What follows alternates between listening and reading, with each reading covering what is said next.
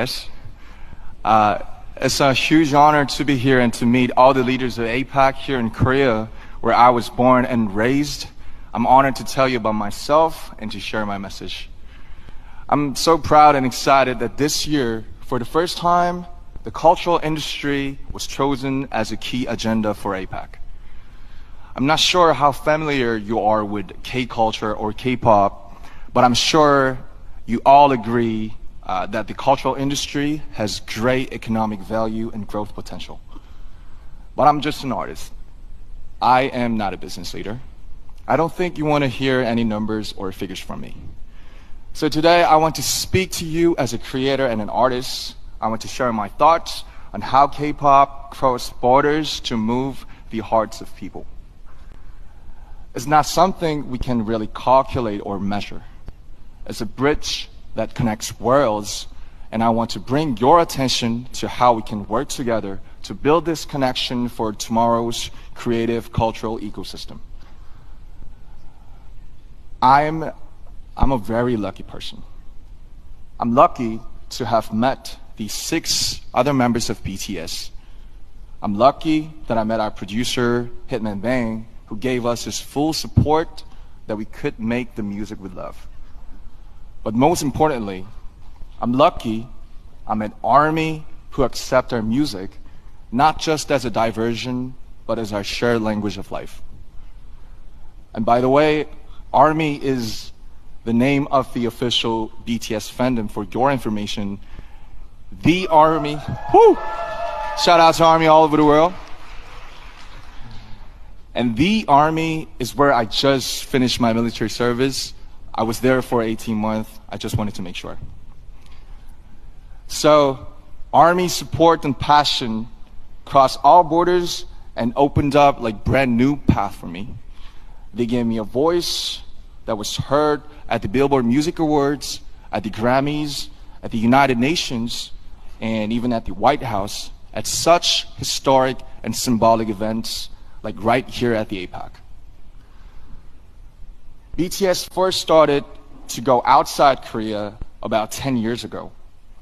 And back then, we didn't dream of what we see today. Nothing was like this. Did you ever turn on your TV or radio and hear a song that's not in your language or in English? Probably not very often, right? I felt how hard it is to ever hear a Korean song in an English-speaking country. I saw how high a cultural barrier could be.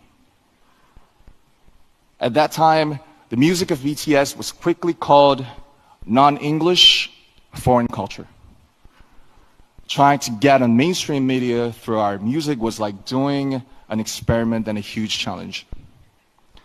It was a test to see if music in Korean can work on the global stage. We tried to get on TV to show the world our music, but the doors were closed and would not move. But, as you know, we couldn't just sit around and wait. We tried to make our own opportunities. We danced in the streets. We handed out flyers to free shows. But there was something even more difficult than those. When we said we are artists from Korea, they didn't ask us about our music. They asked, are you from North Korea or South Korea? Where on earth is Korea? So we had to explain where Korea was before we could even talk about our music. And that was the reality. But we overcame those barriers, and now I'm here today sharing this precious moment with you. ARMY was the force that broke down those barriers. They used our music as the medium to carry out conversations that cross borders and languages. They were inspired by the message in the music of BTS to give to charity, to run social campaigns, and finally the world was amazed. Back then, ARMY was seen as supporters of a minority culture from Asia. Now, they shake the world as a new community and a fandom culture. Even at this very moment, they're crossing borders and breaking down barriers through the pure power of cultural solidarity. Solidarity and tolerance that know no borders, and it's an endless source of creative inspiration for me as well. There is so much cultural content around the whole world, but why K-pop? Why is it so unique? Why does K-pop create this powerful and inclusive community? It's because of the special principle of unity of K-pop. This is what enables people from such diverse backgrounds to come together just through the medium of K-pop. I like to compare K-pop music to bibimbap. And bibimbap is a traditional Korean dish. You gotta taste it. So you take pop, which is rice, then you put all kinds of vegetables, meat, flavorings on top, and mix it all up. And that's the bibimbap part. And K-pop is much the same. You take Korea's unique aesthetics, emotions, and production system, but you don't turn away elements of Western music like hip-hop, R&B, or EDM. Just like bibimbap, these parts all keep their unique identities, but mix together to make something new and fresh and delightful. K-pop is not just a genre of music. It is a 360-degree total package of music, dance, performance, visual style, storytelling, music video, and even social media. K-pop's success didn't happen because one single culture was better. K-pop's success came from respecting diversity and embracing world cultures, but still holding on to Korea's unique identity.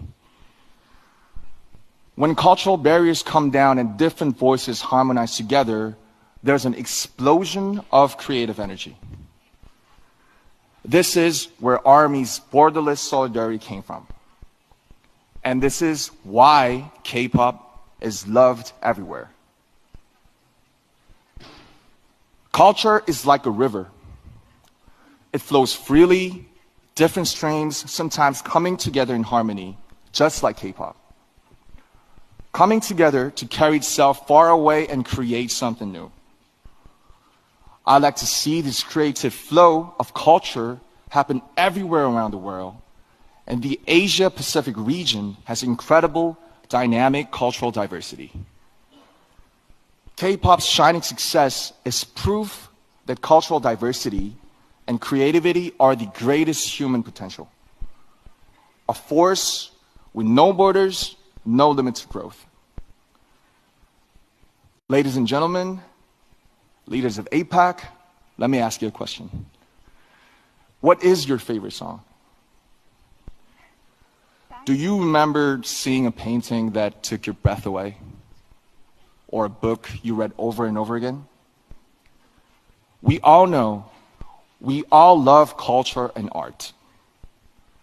And we are connected by the emotion and resonance that they awaken in us.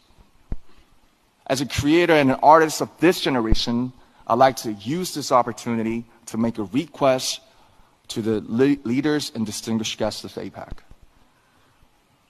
There are creators all around the world. Please help them. Give them the financial support so that their own creativity can bloom. Give them the opportunities so that their talents can really shine. When you think about investing in tomorrow's generations, think about culture as well as economics. Culture and art are a powerful force that moves hearts. They are the fastest messengers that carry diversity and resonance. As the leaders of APEC, your policies and support will be the canvas and playground for all the creators.